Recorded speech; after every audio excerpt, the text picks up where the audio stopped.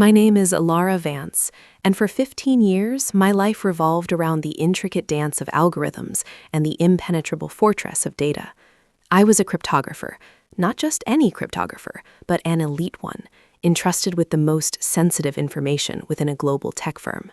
My office, nestled deep within the secure wing, was less a room and more a sanctuary. It was where I translated the chaos of raw data into elegant, unbreachable codes, where I built the digital walls that protected our company's very existence. My colleagues, a blend of brilliant minds and eccentric personalities, respected my quiet competence. My work was my identity, my purpose, and I excelled at it, meticulously, without fanfare. Then Marcus Thorne arrived. He was announced as the new head of cybersecurity operations, a position that, technically, put him in my reporting line. From the moment he strode into the department, all broad shoulders and an unnervingly confident smirk, I felt a shift in the air. He was everything I wasn't: loud, overtly charismatic, and possessing an aura of self-importance that grated against the quiet hum of our highly specialized team. He'd shake hands too firmly, hold eye contact a beat too long, and speak in sweeping generalizations about synergy and disruption, words that felt entirely out of place in our world of precise logic and absolute security. My first real interaction with Marcus was in a team meeting, a week after his arrival. He was outlining his vision, which mostly consisted of him talking over anyone who dared to offer a technical nuance. When it came to my turn to brief on the ongoing Project Nightingale, a highly classified encryption protocol I was developing, he cut me off mid-sentence. "Alara," he'd said, his voice dripping with condescension, "we don't need the nitty-gritty. Just tell us if it's secure, yes or no." My jaw tightened. "It's secure, Marcus, but the nitty-gritty is precisely why it's secure. Understanding the implementation prevents vulnerabilities." He just waved a dismissive hand. Right, moving on. It was a small slight, but it was a clear signal. He saw my expertise not as an asset, but as an inconvenience. Over the next few weeks, the microaggressions escalated. He'd question my reports, not on technical grounds, but on presentation. He'd suggest I collaborate more with his newly hired administrative assistant on projects that were entirely solitary. He'd schedule impromptu meetings that disrupted my deep focus work, only to ramble for an hour about his past achievements at some obscure startup. My colleagues noticed too. Quiet glances were exchanged, sympathetic nods offered, but no one dared challenge the new boss. Marcus was a shark in a pond of highly intelligent but often socially cautious fish. Then came the morning of the email. It was short, stark, and utterly baffling. Subject: urgent security clearance review, immediate action required. The sender was HR, but the content felt off. It stated that due to an unforeseen discrepancy in my security clearance, my access to all company systems, including my office and personal files, was being temporarily suspended, effective immediately. I was instructed to contact Marcus Thorne directly for clarification. My blood ran cold. 15 years. Not a single security incident. My clearances were platinum level, renewed like clockwork, meticulously maintained. This was impossible. I walked towards my office, my heart pounding a frantic rhythm against my ribs. The usual green light on the card reader was dark. I swiped my badge. Nothing. Swiped again, harder. Still nothing. A knot of dread tightened in my stomach. This wasn't a glitch. This was deliberate. I made my way to Marcus's office, a glass-walled corner suite he'd claimed for himself. He was there, leaning back in his chair, feet propped on his desk, a self-satisfied grin playing on his lips as he scrolled through something on his monitor. He looked up, feigning surprise. "Alara, what can I do for you?" "My access has been revoked," I stated, trying to keep my voice steady, professional. "The email says there's a security clearance discrepancy. I need to know what this is about, Marcus. My record is impeccable." He slowly lowered his feet, a theatrical sigh escaping his lips. "Ah, yes, that. Unfortunate business, Alara, really. I'm quite disappointed." He paused, letting the words hang in the air. "Turns out your, shall we say, unique approach to some of our protocols has raised some red flags. We need to conduct a full review. Until then, you're on administrative leave. Paid, of course." "Unique approach? What are you talking about? I follow every protocol to the letter. My work is literally about maintaining the highest security standards. What red flags?" My voice was rising now, betraying the calm I desperately tried to project. This was an attack, not a review. Marcus leaned forward, his voice dropping to a conspiratorial whisper, though we were in his glass office and everyone could hear. Look, Ilara, I can't get into specifics, classified, but let's just say some of your methods are no longer aligned with the new direction of the department. We need someone who's a bit more team-oriented, a bit more flexible.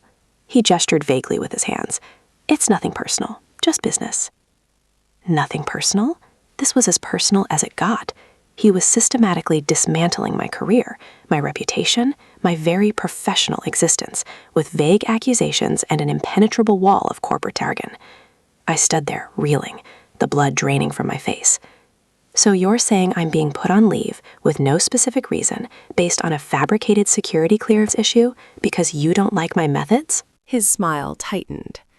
I'm saying we're conducting a thorough review, and until that's complete, your access must remain suspended.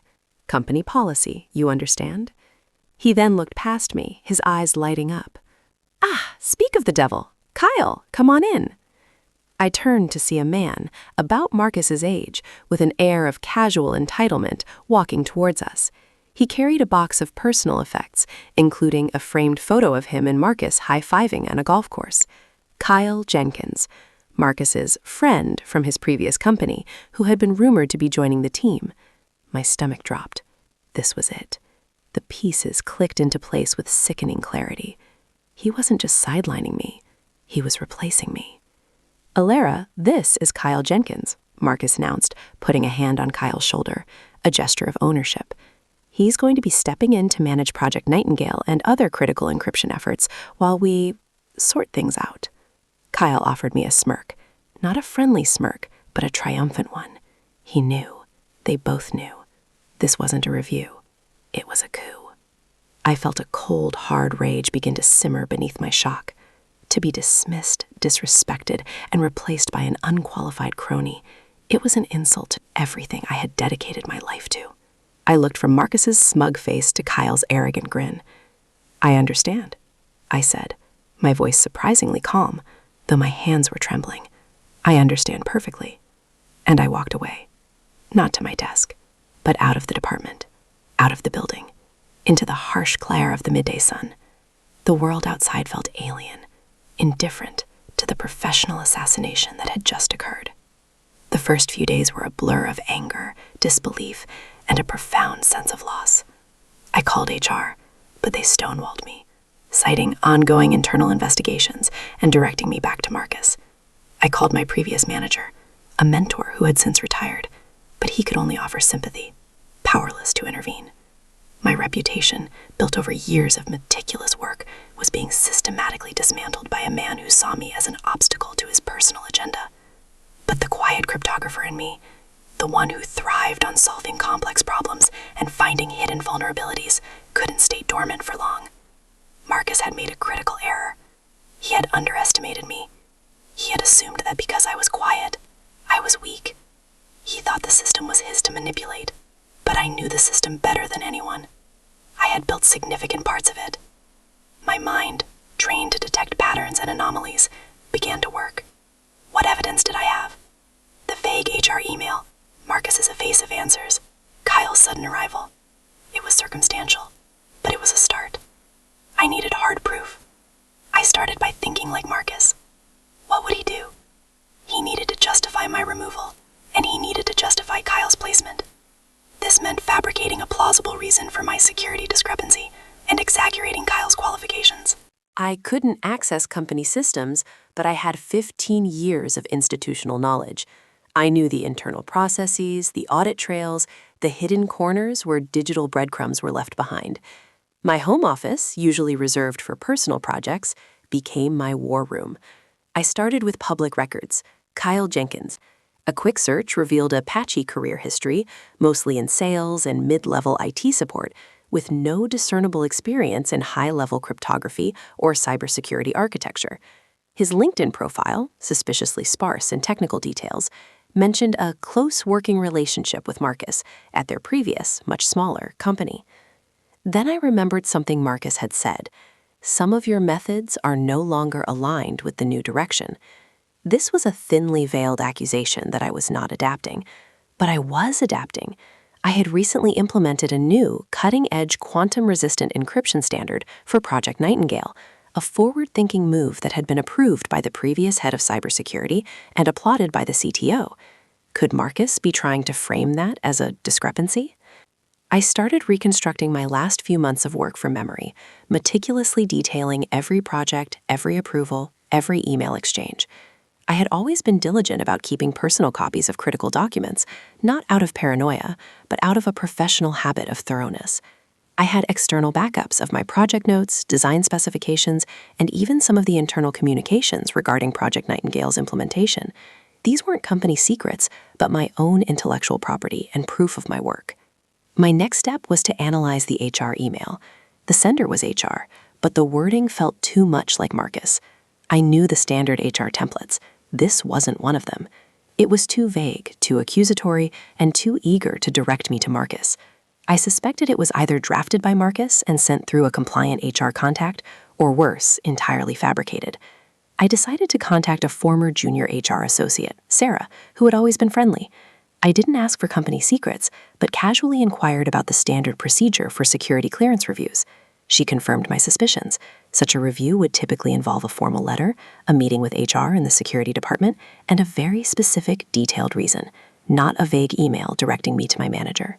The true turning point came when I learned, through a casual lunch with a former colleague who cautiously met me off-site, that Project Nightingale was in trouble. Kyle, apparently, was completely out of his depth. He had made several critical errors in the implementation of the new encryption standard, leading to system instabilities and, more alarmingly, potential vulnerabilities. My colleague, who was still working on the periphery of the project, looked visibly stressed. He just doesn't understand the underlying architecture, Alara. He keeps trying to force older, less secure methods onto your framework. It's a disaster waiting to happen. This was it. This was the leverage. Marcus had not only removed a highly qualified expert, but had replaced her with someone actively jeopardizing the company's security. This wasn't just about my career anymore. It was about the integrity of the company's data. I felt a surge of cold determination. Marcus thought the system was his to manipulate. I would show him that the system was built on logic, and logic, unlike Marcus, was immutable. My plan began to crystallize. I needed to present an irrefutable case, not just against Marcus's personal vendetta, but against his gross negligence and professional misconduct. I needed to expose Kyle's incompetence in a way that couldn't be dismissed as a mere learning curve. I spent weeks meticulously compiling my evidence. I cross-referenced my project notes with publicly available information on the quantum-resistant standard, demonstrating the advanced nature of my work. I compiled a timeline of events, from Marcus's arrival to my lockout, highlighting the suspicious coincidences.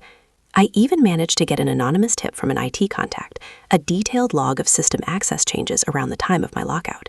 It showed that my access had been revoked, not by the automated security system, but manually by an administrator account that Marcus had recently been granted elevated privileges for. It was a smoking gun, a digital footprint that pointed directly to him. The final piece of the puzzle was observing Kyle's performance. My former colleague continued to feed me tidbits of information, growing increasingly alarmed. Kyle had attempted to roll back some of my encryption protocols, creating compatibility issues. He had shared sensitive project details with unauthorized personnel under the guise of team collaboration. He was a walking security breach. I built a comprehensive dossier. It included my flawless performance reviews and security audit reports stretching back years, the detailed specifications of Project Nightingale, and the CTO's glowing approval. The suspicious HR email contrasted with the actual company policy, the IT logs showing Marcus's manual intervention, Kyle's publicly available, utterly unqualified resume, and a detailed account of the security vulnerabilities Kyle was inadvertently creating. I even included an expert opinion from my retired mentor, who, after reviewing my case and the public information on Kyle, provided a written statement condemning the potential risks. I didn't go to HR this time. I bypassed them entirely. My target was higher. I scheduled a meeting directly with the Chief Technology Officer, CTO, and the head of legal. These were the people who understood the gravity of cybersecurity and the legal ramifications of such a blatant abuse of power. I requested the meeting through official channels, citing an urgent and critical security matter that required their immediate attention. The urgency of my message, coupled with my long-standing reputation, got me in the door. The meeting was set for a Tuesday morning. I walked into the sleek, high-rise boardroom, my heart thrumming with a mix of fear and righteous fury. The CTO, an austere woman named Dr. Anya Sharma, and the head of legal, Mr. David Chen, were already seated. Their expressions were neutral, expectant. I took a deep breath. "Thank you for seeing me," I began, my voice steady, betraying none of the turmoil within. "I'm here to discuss a matter of significant concern regarding the security integrity of our company and the gross professional misconduct of Marcus Thorne." I laid out my case, calmly, methodically, presenting each piece of evidence with the precision of a surgeon. I showed them the HR email, then the actual policy document.